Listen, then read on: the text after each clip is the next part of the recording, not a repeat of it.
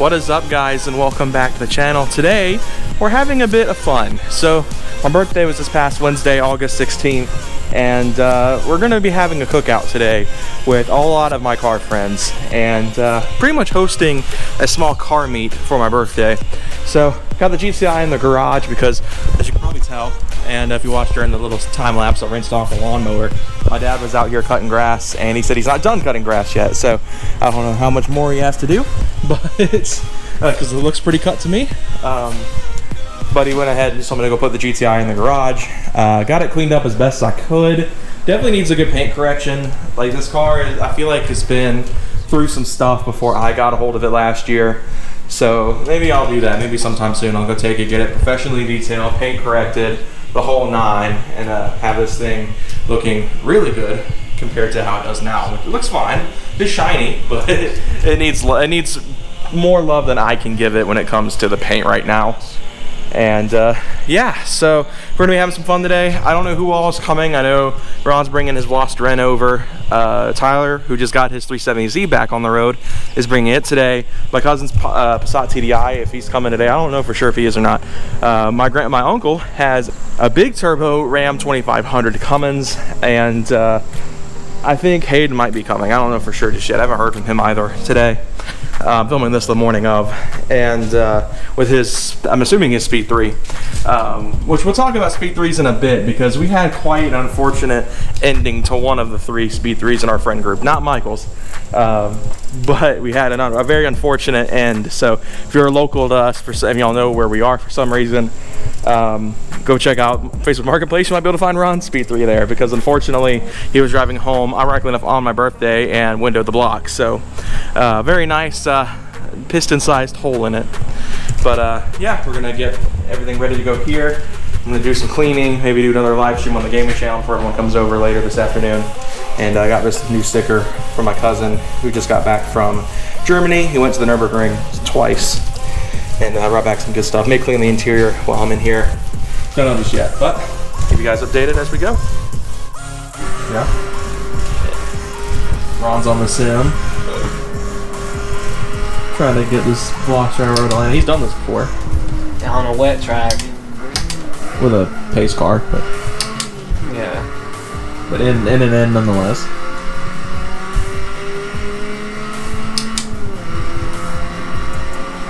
This one on Gran Turismo gets me every time. Of course, it's Forza, so maybe their physics are different, but I always slip on that corner. Question is, if we take up the final corner at full throttle. I probably have to try the other car. Oh, the track one? Yeah. You see the video I sent you? The new Forza's got an actual racing Velocitran in it from the like Pirelli Challenge or something. The blue one? Yeah.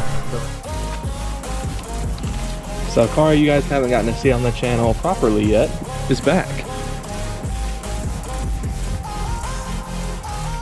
So this is Tyler's 370Z, back from the dead. Fresh Q50 motor. Yeah. Nissan badge. Exactly. It's a Skyline badge. He Skyline badged it. But fresh motor, I think it was like out of a 15 Q50. Yeah. So unfortunately Tyler had the gallery gasket failure that was unfortunately very common on these older VQ models. Huh? I'll crank it up. Oh. Is the black roof new, or has that always been there? I bought it like that. I don't Oh. remember you having those rotors either.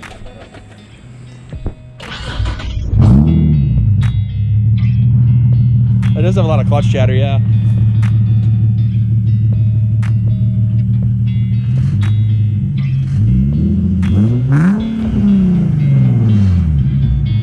It's got some volume. Yeah, you weren't kidding about the clutch chatter.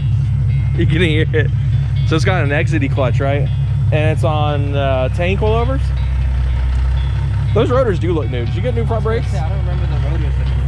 I did it before like the 10 last time. About a year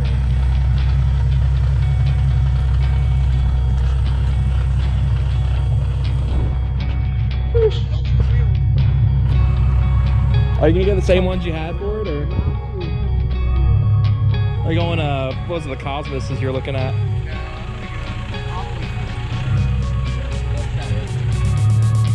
It's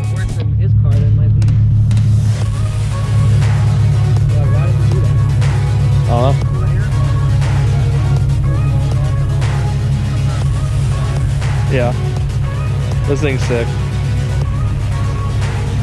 This car made an appearance in an unseen video, but right after that's when it went down. Yeah, if you push the clutch, it goes away. I've always liked these cars, and I was very much into getting an automatic Nismo when I was looking for a car before I got my car. Don't judge me. Says the guy with a DCT hand.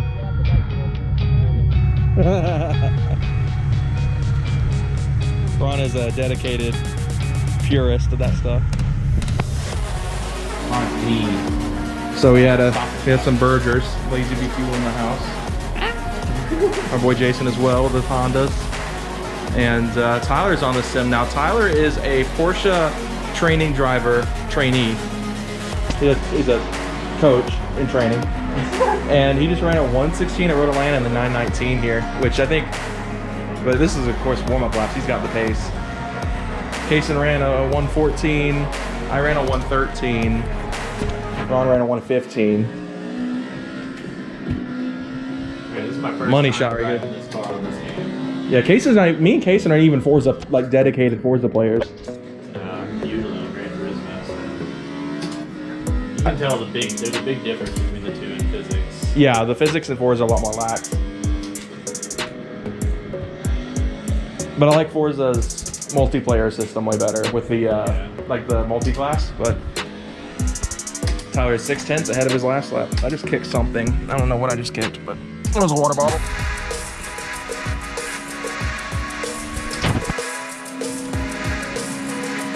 But Ron, can you send me the clip of me driving Tyler Z for a second? Like when you get a second, so I can put it in the video. Kind of just been vlogging through it today. I don't know if I messaged to the group chat. Dang it. I'll on the photo right now. He's a second ahead of his time right now. Uh-oh.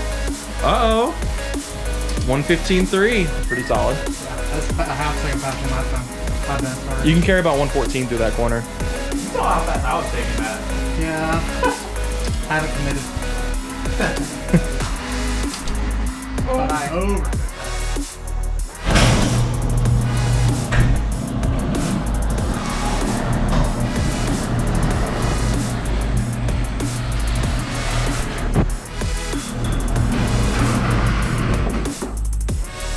All right, guys, this is the next day from the car meet birthday party thing we held, and it was a fantastic time. I actually forgot to come back out here and film Kaysen's G37 and Jason's Honda Civic FA5 that was here, which is his daily driver. He's building an H22 swap. I think it's a second or third gen Accord. I think his is like a 93. I don't know the generations of Accord very well, but we're back outside with the GTI. It's all shiny still from yesterday. It sat in the garage overnight, and got a nice little chance to stay clean for more than 12 hours for once. This car usually sits out here and is extremely dirty within 4 hours of me washing the car. And yeah, it was a really fun time yesterday with all my friends, and well, not all of them. We're missing a couple, but yeah. So I came out here really just to kind of close this video out, because this was more of like a fun day in the lifestyle video than it was a full-on car vlog with all the cars. I was just wanted to have a cookout with my friends for my birthday, and while not all of them could be here, a good majority of them were. But I also came out here to do an oil check on the car, because a few weeks ago, actually, my mom was out of town and I was parked in the garage for a good part of the week. And unfortunately, something I didn't catch on video, me and Kaysen were installing a metal oil pan on this car I picked up from Euro Tuning, and I had the wrong torque spec, and he was helping me install it because I was a little bit sketched out. I'd never really messed with RTV before, and so he works with it on a daily basis. He's a diff builder at Z1 over Z1 and so he's used to this kind of stuff. I gave him the wrong torque spec and he wound up snapping the bolt, and I take responsibility for it because I gave him the wrong torque spec, and I should have been doing better research on my end. And before, it hadn't been leaking. It had been perfectly fine. It had been a little bit sus looking under there, but it didn't look like it was actually hitting the ground. But when it was parked in here, it actually did start leaking. And this spot right here came from my car, and I think a couple of these were from my car as well. And so I went and took it to a shop called 4N Auto Works, which is a local shop here for me that specializes in Euro cars. Tyler spoke nothing but good things about them. And so I was like, these will be the guys I take it to. And while it was an expensive fix, I took it there and they fixed my oil pan, got the broken bolt out of it, resealed it with brand new Permatex RTV. I bought like really good RTV because it came with like some off-brand Permatex kind of thing from Euro Tuning. I bought OEM bolts. So obviously Mark 7s didn't come with metal oil pans, but they're based on the ones from the Mark 5. So when I was researching ECS's kit as well as SVP's kit, they used the same part number for the bolts. And when I cross-referenced them, they happen to be the bolts that were on the Mark 5. And it's also, the reason I went with the metal pan was one, I felt like it was a must-have when I lowered the car, because it's pretty common that if you bash something hard enough on a plastic pan, it will break. Especially on a lowered car where your oil pan's a lot closer to the ground. Now this car is not super dumped, it's not super stancy boy or anything like that. It's low, but it's not like on the ground, like about to scrape on a leaf kind of thing. But I still wanted it for peace of mind. And the plastic pans are also notoriously leaky on these cars. And it's a common source of oil leaks on the Mark 7s and any other MQB stuff of this time period is the plastic pan. So I wanted to replace it. Of course, I didn't know about the oil leaks until after the fact. And of course, mine still wanted leaking because I'm an idiot and gave Case on torque spec. But I haven't checked the oil level at all since I got it back. I think it is slightly larger, what's the word I'm looking for? Larger capacity than the factory one. But I actually wound up buying an extra quart just in case it did leak. So when I went and did the switch, I got an OEM filter from FCP. This is kind of my car care wall. I think almost all of this is mine. But this time I went with Motul 8100 XS Gen 2. I ran Liqui Moly, which I actually still have a quart of over here on this car before. And I wanted to have an extra quart so that in the event that you know, it's still leaking or my PCV decides to peace out, I can at least keep up on the oil.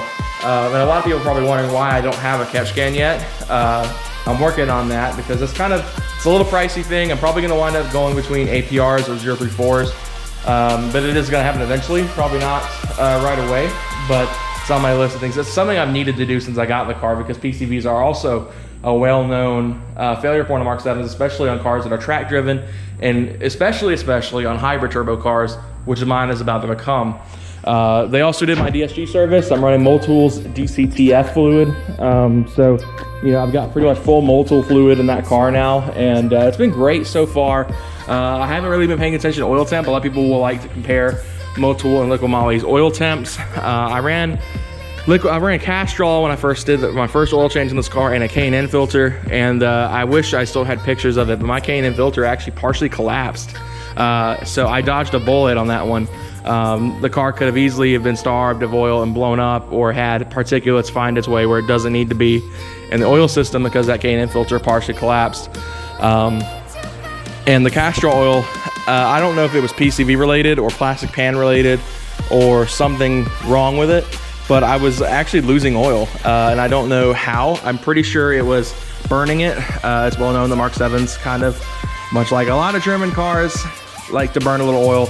And I mean, anyone who's familiar with more performance oriented engines, they're gonna burn oil. I mean, even people with Hondas. I know several people who own Hondas that are VTEC cars and non-VTEC cars alike that are more sporty, and they all burn oil. So, you know, it's nothing out of the ordinary. My Sport Track even leaked oil, but that was an oil leak versus burning it. But I switched to Liqui Moly, and it didn't burn a drop until it didn't lose oil at all until the pan finally gave out just a while ago. And so the plan was to get that all fixed. Like I said, it was expensive, but it is fixed nonetheless. But anyway, I came out here just to kind of close the video out for you guys. Thank you all so much for watching this fun day in the lifestyle video and getting to hang out with me on a day of celebration, something that we're, you know, I try not to take the spotlight terribly often. I try to go under the radar a lot, but you know, it meant a lot to me that so many people were willing to come and hang out with me on a random Saturday, just to celebrate me, like out of all things, you know. And so I'm really thankful for that.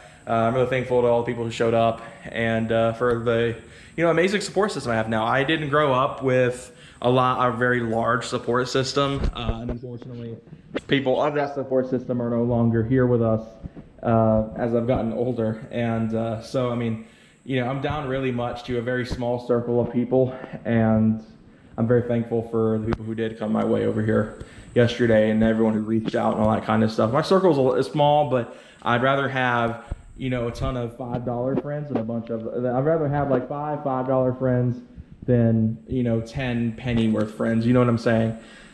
So I'm very thankful for everyone. And, you know, it really just showed me that, you know, I do have support, and, you know, that's something that, as someone with low self-esteem, I've struggled with my entire life. I know this was kind of meant to be a fun, lighthearted video, and I'm closing it out pretty depressing, but it's just, you know, I'm very thankful for the support system I have, and getting to build fun stuff for you guys on this channel, and building that, which was a dream come true for me, as a lot of you guys know. But anyway, guys, thank you all for watching. Hope you guys enjoy this video. I'll see you guys next time. Have a great day, guys.